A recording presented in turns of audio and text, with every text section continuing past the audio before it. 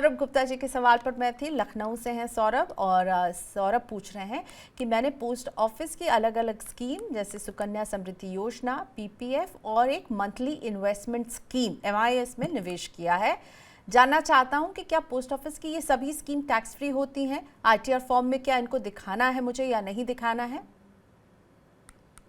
बिल्कुल प्रियंका जी, आपकी कोई भी इनकम है, चाहे वो टैक्स फ्री है, टैक्सेबल है, आपको आईटीआर में तो दिखाना ही दिखाना है। आपको इनकम टैक्स से उससे छूट मिल जाती है, लेकिन आपको आईटीआर में दिखाना बहुत जरूरी है ये, और तभी ये आपको किस इनकम हेड टैक्स में में। दिखाएंगे चावला सर? कहाँ इनको दिखाना होगा? ये सेक्शन 80C में जो डिडक्शंस है वहां पे उसको क्लेम करेंगे। ओके फाइन, तो जी, लेकिन इनको बताना जरूर होगा। बताना बहुत जरूरी है। कई लोग आपने देखा होगा, जैसे 80C में हमारी डिडक्शन 1,50,000 तक लिमिटेड है, लेकिन मान लीजिए किसी ने LIC 3 लाख रुपए जमा की है, तो उसको पूरी 3 लाख दिखानी है, चाहे डिडक्शन मुझे 1.5 लाख की ही मिले। तो ओके। दिखाना बहुत जरूरी है। अब जैसे मैंने अभी आपको बताया, आर्टिफिशियल इंटेलिजेंस है, वहां पे आएगा कि इस बंदे ने LIC के अंदर 3 लाख की इन्वेस्टमेंट की है, और मैं चूंकि मुझे छूट 1.5 लाख की मिलनी है, मैं सिर्फ 1.5 लाख दिखा रहा हूं, तो वो मिसमैच हो जाएगा, कल को उसको स्क्रूटनी का नोटिस आ सकता है। ओके। इसलिए आप अपनी सारी इनकम, जो भी सोर्स आपके हैं, उसको बिल्कुल परफेक्टली शो कीजिए, कोई डरने वाली बात नहीं है। और सब कुछ आजकल कंप्यूटर से होता है, तो इसलिए कोई दिक्कत वाली बात नहीं है। ठीक है। एक कंफ्यूजन जो मेरे मन में उठा इनके सवाल को देखकर, जैसे इन्होंने अभी बताया कि सुकन्या समृद्धि योजना में निवेश कर रहे हैं, पीपीएफ में कर रहे हैं और एमआईएस पोस्ट ऑफिस की कर रहे हैं, तो अब ये जो सुकन्या है, पीपीएफ है, इन सब का एक लंबा लॉक इन होता है और इनमें ब्याज भी मिलता है, तो वो जो ब्याज हर साल इनको एक्यूमुलेट होगा वो भी बताना होगा क्या इन्हें? नहीं, वो क्या होता है, हमारे यहाँ जो इनकम है वो एक्रूवल बेसिस पे चार्जेबल है। जैसे मान लीजिए मेरा पीपीएफ में मैंने अपना अकाउंट खोला हुआ है, और पीपीएफ मेरा 15 साल के पीरियड का होता है, और पीपीएफ का जो इंटरेस्ट है वो section 10 of income tax act है, जिसके तहत वो एग्जेम्प्ट है। मैं पीपीएफ में एक साल में मैक्सिमम 1.5 लाख रुपए की इन्वेस्टमेंट कर सकता हूँ। जी। ठीक है जी।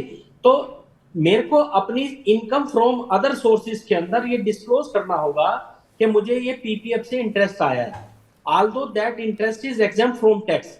वो मेरी इनकम में तो जुड़ेगा, लेकिन उसके ऊपर मुझे टैक्स नहीं मिलेगा, टैक्स नहीं लगेगा, ये मेरी एग्जेम्प्ट इनकम कहलाएगी। ओके, लेकिन अन्य स्रोत से आय में आपको इसे हाँ, बताना जरूर हाँ, पड़ेगा। बात बताना जरूरी है। आप अपनी पासबुक बनवाइए, और पासबुक में जितना साल में आपने जमा किया है वो भी आ जाता है, प्लस 31 मार्च तक आपका कितना इंटरेस्ट है वो वहां से आ जाता है। उसके बेसिस पे आप अपनी आईटीआर भर दीजिए। सर इसमें ना थोड़ी सी और क्लैरिटी, जो हमारा अगला सवाल है ये हमें ट्विटर पे शंकर गुंजे जी ने मुझे ट्वीट किया था कल रात को, तो मैंने कहा कि देखिए आपका सवाल हम लेंगे। राज चावला जी हमारे साथ हैं, ये पीपीएफ अकाउंट के बारे में पूछ रहे थे, तो ज़रा इसको डिटेल में शंकर जी को बता दीजिए कि पीपीएफ अकाउंट पर जो ब्याज मिल रहा है वो आईटीआर में उन्हें कहाँ दिखाना है, कैसे दिखाना है? 15 साल का लॉक इन है, हर साल उनको ब्याज ये कैसे दिखाना होगा, और अगर जब मैच्योर होगा पीपीएफ तब कैसे दिखाना होगा? दोनों बातों को जरा डिटेल में समझा दीजिए शंकर गुंजे जी को। बिल्कुल प्रियंका जी, तो शंकर जी मैं आपसे बताना चाहूंगा, मेरे अपने एक्सपीरियंस के हिसाब से PPF is the best investment scheme. PPF के अंदर हाईएस्ट रेट ऑफ रिटर्न मिलती है, पीपीएफ का इंटरेस्ट एग्जेम्प्ट होता है, और पीपीएफ सेंट्रल गवर्नमेंट की स्कीम है, इसलिए कभी कोई भी विपदा आ जाए हमारा पीपीएफ का पैसा बिल्कुल सेफ है, रिजर्व बैंक में जैसे रखा होता है उस तरह का है। पीपीएफ में हम मैक्सिमम 1.5 लाख रुपए तक इन्वेस्टमेंट कर सकते हैं, इसमें हम इससे ज्यादा नहीं कर सकते।